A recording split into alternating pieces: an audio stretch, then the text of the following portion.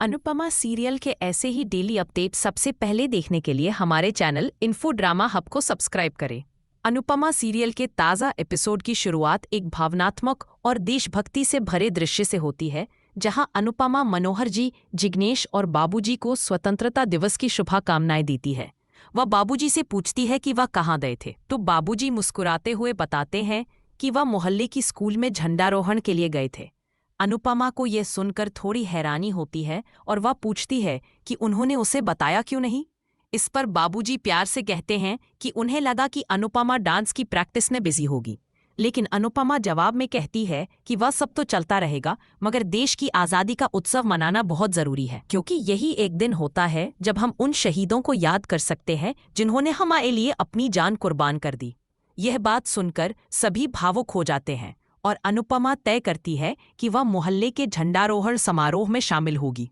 उसे अपने पुराने दिन याद आते हैं जब वह स्वतंत्रता दिवस बहुत धूमधाम से मनाया करती थी। अनुपमा कहती है कि सबसे पहले देश का त्योहार है, फिर कोई शादी विवाह। यह सुनकर जिग्नेश मजाक में पूछता है कि किसकी शादी, क्या उसकी शादी है? इस पर बाबूजी और मनोहर जी मिलकर जिग्नेश के साथ मजाक करने लगते हैं और हल्का फुल्का माहौल बन जाता है। इसके बाद अनुपमा भारत माता की जय का नारा लगाते हुए मोहल्ले की ओर बढ़ जाती है। रास्ते में अनुपमा की नज़र एक महिला पर पड़ती है जो अपने छोटे बेटे को स्कूल के लिए तैयार कर रही होती है। अनुपमा को यह देखकर अच्छा लगता है कि लोग अपने बच्चों को अच्छे संस्कार दे रहे हैं, लेकिन तभी वह महिला पास पड़ती है। मैं ही सड़क पर कचरा फेंक देती है। यह देखकर सफाई कर्मी उससे कहती है कि कचरा डस्टबिन में फेंको। इस पर वह महिला ताना मारकर कहती है कि सफाई करना तो उसका काम है। यह सुनकर अनुपमा को बहुत दुख होता है और वह उस महिला को समझाती है कि सफाई कर्मी हमारे समाज के लिए कितनी मेहनत करते हैं, उनका सम्मान करना हमारा फर्ज है, न कि उनके काम को छोटा समझना। अनुपमा भावुक होकर कहती है कि जिस देश में आप स्वतंत्रता दिवस मना रही हैं, उसी देश को गंदा करते हुए आपको शर्म नहीं आती? आप जैसा व्यवहार करेंगी वैसा ही आपके बच्चे भी सीखेंगे। यह सुनकर वह महिला कुछ नहीं कहती, लेकिन उसका बेटा आगे आता है और खुद से कचरा उठाकर डस्टबिन में डाल देता है। अनुपमा उसे शाबाशी देती है और आसपास के लोग अनुपमा को सलाम करते हुए जय हिंद कहते हैं। अनुपमा गर्व से मुस्कुराते हुए वहां से चली जाती है। वहीं दूसरी ओर परी, राही और माही के साथ बैठी होती है और कहती है कि जसप्रीत ने राखी की कुछ तस्वीरें भेजी हैं। परी खुश होकर कहती है कि बहुत समय बाद सबने मिलकर त्योहार मनाया है, लेकिन तभी राही अनुपमा की एक तस्वीर पर रुक जाती है। परी पूछती है कि क्या वह अनुपमा को डांस रानियों के बीच देखकर जल रही है। इस पर राही झट से इनकार करती है और कहती है कि उसे अनुपमा और उसके नए परिवार से कोई फर्क नहीं पड़ता, लेकिन उसके चेहरे के हाव भाव कुछ और ही कहानी बयां कर रहे होते हैं। दूसरी ओर अनुपमा अंश और प्रार्थना की हल्दी की रस्म के लिए हल्दी तैयार कर रही होती है। तभी भारती उससे पूछती है कि वह इतनी इमोशनल क्यों हो गई है। अनुपमा को समर की याद आ जाती है और वह भावुक होकर कहती है कि समर मुझे बहुत प्यार करता था, उसके जाने के बाद अंश ने मेरी जिंदगी को रंगों से भर दिया। भारती कहती है कि अनुपमा का परिवार बहुत अच्छा है, लेकिन अनुपमा कहती है कि मन से कोई बुरा नहीं होता, हालात ही ऐसे हो जाते हैं जो इंसान को बदल देते हैं। फिर भारती कहती है कि उसे मुंबई में मनाए गए स्वतंत्रता दिवस की याद आ रही है और दोनों मिलकर देश के पर्व को लेकर खुशियां बांटती हैं। इसी दौरान भारती एक गंभीर सवाल पूछती है कि क्या किसी भी तरीके से प्रार्थना के माता पिता उसकी शादी में शामिल नहीं हो सकते। ये सवाल सुनकर अनुपमा सोच में पड़ जाती है और दूसरी ओर प्रार्थना अपने कमरे में बैठी अपने परिवार को याद कर रही होती है। अनुपमा उससे बात करती है और उसे समझाती है कि वह अपने परिवार को मनाने की कोशिश करे, क्योंकि शादी जैसे महत्वपूर्ण मौके पर माता पिता का आशीर्वाद होना जरूरी होता है। प्रार्थना बेबस होकर कहती है कि वह उन्हें समझाना चाहती है कि अंश उसके लिए एकदम सही जीवन साथी है, लेकिन उसका परिवार ये बात कभी नहीं समझ पाएगा।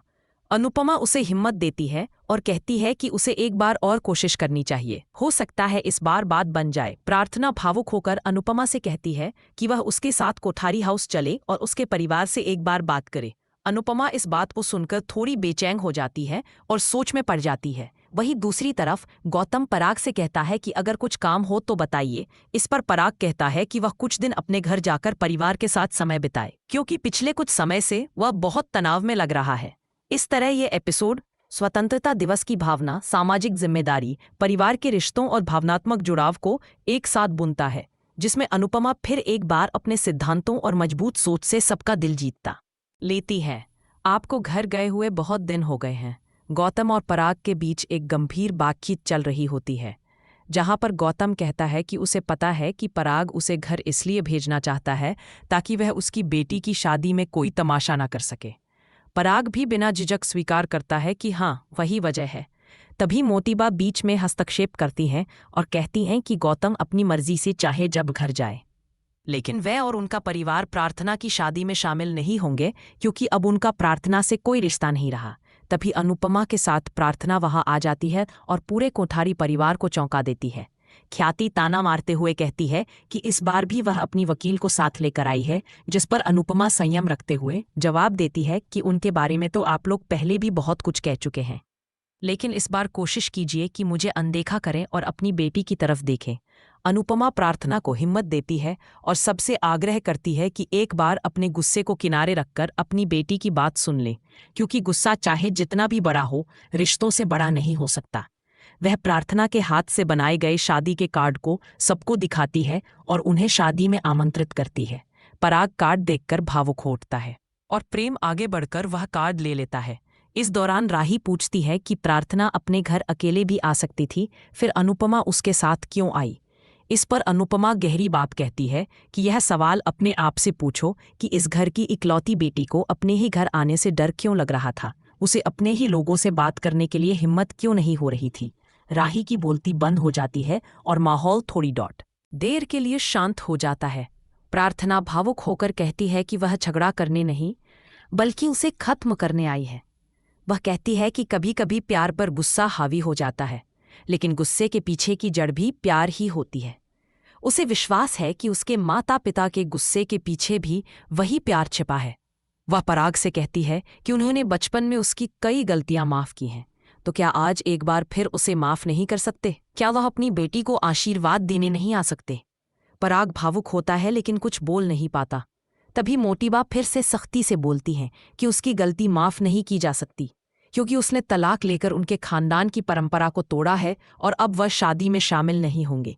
मोतीबा कटाक्ष करते हुए कहती है कि वैसे भी उसके भाई और भाभी शादी में आ रहे हैं, तो उनके न आने से कोई फर्क नहीं पड़ेगा।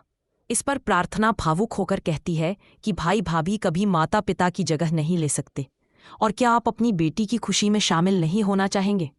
ख्याति यह सब सुनकर कहती है कि अब इन बातों का कोई फायदा नहीं है। प्रार्थना ख्याति से कहती है कि उसने उन्हें अपनी सगी माँ से भी बढ़कर माना है। ख्याति जवाब देती है कि अगर ऐसा होता तो वह अपने दुख किसी बाहर वाले को नहीं, बल्कि उसे बताती। इस पर प्रार्थना कहती है कि उसने कोशिश की थी, लेकिन किसी ने भी उसका दर्द नहीं समझा। अनुपमा हस्तक्षेप करती है और ख्याति से कहती है कि जब प्रार्थना शाह हाउस में रहने आई थी तब वह वहां नहीं थी, इसलिए यह मत समझिए कि प्रार्थना उसे छोड़कर अनुपमा के पास आई थी। प्रार्थना रोते हुए ख्याति से कहती है कि आप मेरे पास क्यों नहीं आई? क्या आप नहीं आ सकती थी? यह कहने की सब ठीक हो जाएगा, लेकिन कोई नहीं आया, जिससे उसका दिल टूट गया। ये सुनकर पूरे परिवार को शर्मिंदगी होती है। अनुपमा फिर कहती है कि प्रार्थना को अपनी पहली शादी में सुख नहीं मिला, बल्कि उस आदमी ने उसके साथ कई अत्याचार किए और वह सबके सामने चुप रही। अब जब वह आगे बढ़ना चाहती है तो इसमें गलत क्या है? इस पर पराग सवाल करता है कि इसमें सही क्या है? एक बेटी माँ बाप की मर्जी के खिलाफ जाकर शादी कर रही है, क्या यही सही है? अनुपमा जवाब देती है कि जब आपने उसकी पहली शादी तय की थी तब क्या आपने उसकी मर्जी पूछी थी? आप खाने से लेकर पढ़ाई तक की हर बात में बेटी से पूछते हैं, लेकिन जीवन साथी के मामले में उसकी राय क्यों नहीं लेते? क्या यह जरूरी नहीं है कि जिसकी पूरी जिंदगी उस रिश्ते से जुड़ी है उसकी मर्जी भी मायने रखे? सभी लोग यह सुनकर चौंक जाते हैं और माहौल गंभीर हो जाता है। इसी के साथ यह एपिसोड खत्म हो जाता है। अगले एपिसोड की झलक में दिखाया जाता है कि मोतीबा अनुपमा पर गुस्सा करती है और कहती है कि जब तक आप जैसी औरतें आज़ादी का गलत फायदा उठाएंगी तब तक लड़कियों को असली आज़ादी नहीं मिल पाएगी। वह अनुपमा पर तंज कसते हुए कहती है कि उसने अपने पति को छोड़कर अनुज के साथ बिना शादी के रिश्ता रखा और इतना सब कुछ किया, लेकिन आज भी वह संघर्ष ही कर रही है। इस पर अनुपमा पूरी मजबूती से जवाब देती है कि फिर भी उसने हार नहीं मानी। इसके बाद अनुपमा अनु की रसोई में जाती है और वहां लगे बोर्ड को देखकर गर्व महसूस करती है। एपिसोड यही खत्म होता है। अगर आपको यह एपिसोड पसंद आया हो तो हमें कमेंट में ज़रूर बताएं और ऐसे ही डेली अपडेट्स के लिए इस वीडियो को लाइक करें और हमारे चैनल इन्फो ड्रामा हब को सब्सक्राइब करें। करना ना भूलें।